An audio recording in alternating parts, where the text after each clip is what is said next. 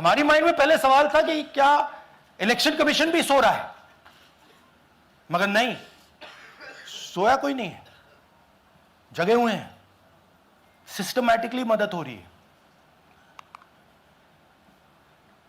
यह देखिए दूसरी बात, जो भी डिलीट कर रहा है वोटर लिस्ट में उसका सीरियल नंबर 1 है। मतलब जो भी वोटर लिस्ट में पहले नंबर पे आता है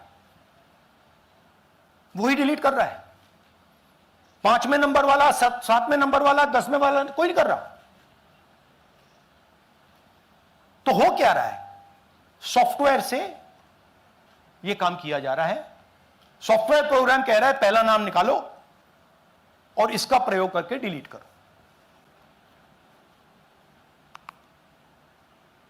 टारगेटेड डिलीशंस हो रहे हैं। कांग्रेस पार्टी पर आनंद में अटैक किया।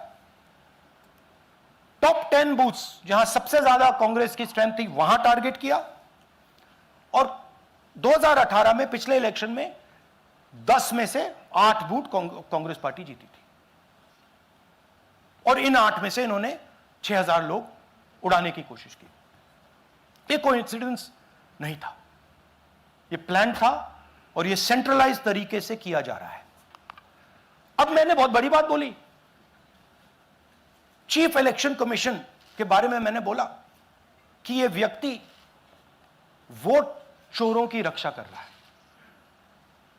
जो भी मैं यहां बोल रहा हूं 100% प्रूफ के साथ, सबूत के साथ बोल रहा हूं।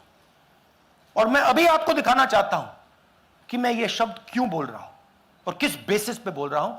आपको अपनी आंखों से ये दिखेगा। कर्नाटका सीआईडी ने केस चालू किया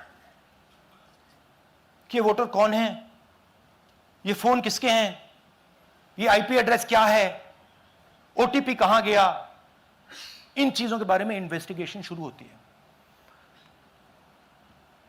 कर्नाटक सीआईडी ने हिंदुस्तान के इलेक्शन कमीशन को 18 चिट्ठियां लिखी हैं। हमें आप ये इंफॉर्मेशन दीजिए, बिल्कुल क्लियर है, डेस्टिनेशन आईपी दीजिए, डिवाइस डेस्टिनेशन पोर्ट दीजिए, ओटीपी ट्रेल्स दीजिए, फोन नंबर्स दीजिए, फोन नंबर्स के मालिकों के नाम दीजिए। क्लियरली पूछा है, नो आंसर। 18 चिट्ठी CID Karnataka, no answer from chief election commissioner, no answer from election commission. Timeline देखिए,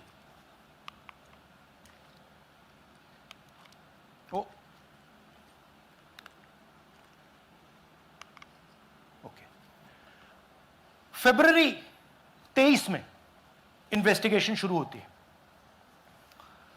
मार्च 23 में कर्नाटका सीआईडी चिट्ठी लिखती है ईसीआई को कि हमें सारे डिटेल्स दे दीजिए। अगस्त में इनकंप्लीट डिटेल्स दी जाती हैं जिससे कोई इन्वेस्टिगेशन आगे नहीं बढ़ेगा। जिन चीजों की जरूरत थी वो नहीं दी, जिसकी जरूरत नहीं थी वो सारी दे दी। पहला सबूत। दूसरा सबूत, 18 बार रिमाइंडर लेटर गए हैं। आपको अगर सीआईडी एक बार लेटर भेज दे और आप नहीं गए, आप जानते हो क्या होगा। यहां पे इलेक्शन कमीशन को 18 बार लेटर गए हैं, कुछ नहीं हुआ है। बाद में क्या होता है, कर्नाटक ईसी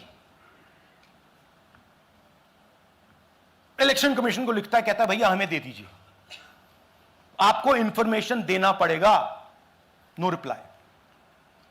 मार्च 25 में आखिरी लेटर सितंबर में गया है, कुछ ही दिन पहले। No reply from EC. यह है सबूत कि ज्ञानेश कुमार जी वोट चोरों की रक्षा कर रहे हैं, और यह ब्लैक एंड व्हाइट सबूत है, इसमें कोई कंफ्यूजन नहीं है कहीं।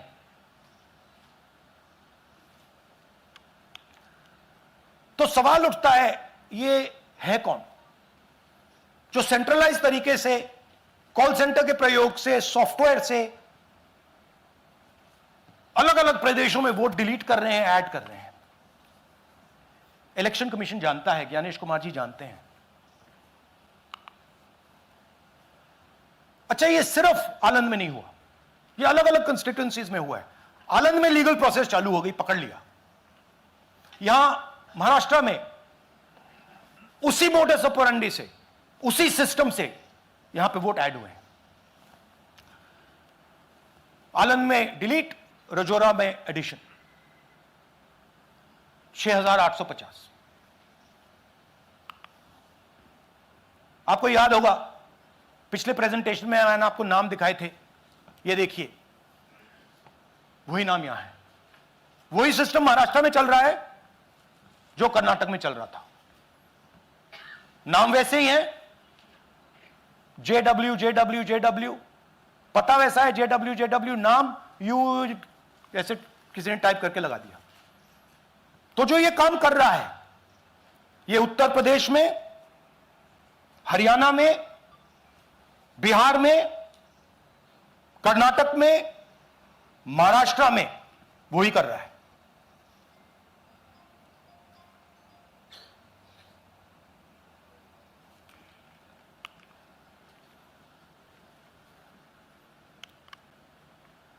तो हमारी डिमांड है, ज्ञानेश कुमार जी, आप अपना काम कीजिए। आपने ओथ लिया है, आप हिंदुस्तान के चीफ इलेक्शन कमिश्नर हैं। आपसे कर्नाटक की सीआईडी सबूत मांग रही है। आप कर्नाटक की सीआईडी को यह सबूत 1 सप्ताह के अंदर दे दीजिए, नहीं तो पूरा हिंदुस्तान के सारे युवा इस बात को एक्सेप्ट करेंगे कि आप हिंदुस्तान के कॉन्स्टिट्यूशन, हिंदुस्तान के संविधान की हत्या में शामिल हो, हिंदुस्तान के संविधान की रक्षा नहीं कर रहे हो और वोट चोरों की आप मदद कर रहे हो। Thank you. और थोड़ी देर में हम आपको हाइड्रोजन बॉम्ब दिखाने जा रहे हैं। नहीं, आज नहीं, थोड़ी देर में उसकी प्रिपरेशन चल रही है। क्योंकि हम देखिए, मैंने टीम से कहा है कि अगर मैं स्टेज पे जा रहा हूं, ब्लैक एंड व्हाइट प्रूफ नहीं होगा, मैं नहीं जाऊंगा। अगर ब्लैक एंड व्हाइट प्रूफ होगा, जो कोई मतलब उसको निगेट नहीं कर सकता, मैं जाऊंगा। मैं देश के कॉन्स्टिट्यूशन की रक्षा कर रहा हूं, संविधान की रक्षा कर रहा हूं, मैं लोकतंत्र की रक्षा कर रहा हूं और मैं सच्चाई आपके सामने रख रहा हूं। बहुत बहुत धन्यवाद, नमस्कार, जय हिंद। सर, 3 सवाल। पीटीआई से संजीव चोपड़ा। या राहुल जी, दिस साइड। या राहुल जी इधर, हाँ, कहाँ है? To your right. हाँ, हेलो राहुल जी, आज आपने नया खुलासा किया है कि कैसे वोट चोरी हो रही है। आपने पहले भी महादेवपुरा के बारे में बताया कि कैसे एडिशंस हो रही हैं, अब आपने बताया कैसे डिलीशंस हो रही हैं। लेकिन देखने में ये आ रहा है कि इलेक्शन कमीशन इस पे कोई एक्शन नहीं ले रहा और आगे चल के वो तैयारी कर रहे हैं पूरे देश में एसआईआर लाने की।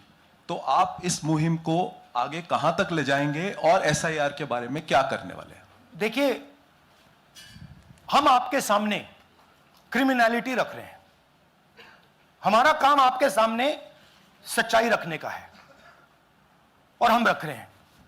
हिंदुस्तान में दूसरे इंस्टीट्यूशंस भी हैं, सिर्फ इलेक्शन कमीशन नहीं है, लीगल सिस्टम है, उनको भी इन चीजों को देखना चाहिए। यहां पे हम चीफ इलेक्शन कमिश्नर के बारे में ब्लैक एंड व्हाइट कह रहे हैं। आपने कहा कि हमने एडिशन डिलीशन दिखाया, पहले प्रेजेंटेशन में मैंने एडिशन दिखाया था, अब हमने डिलीशन दिखाया है, मगर हमने एक और चीज जोड़ दी है। एडिशन और डिलीशन का सिस्टम, उसका स्ट्रक्चर, उसका तरीका, और हमने यह दिखाया है कि जो डिलीट कर रहा है, जो ऐड कर रहा है, महाराष्ट्र में, कर्नाटक में, यूपी में, वो एक ही आदमी है, एक ही फोर्स है। हमने आपको वो एड्रेसेस दिखाए। Same system is being used in Maharashtra, is being used in Karnataka, is being used in Uttar Pradesh, is being used in Haryana. Same people are doing it. Says Siddharth ANI।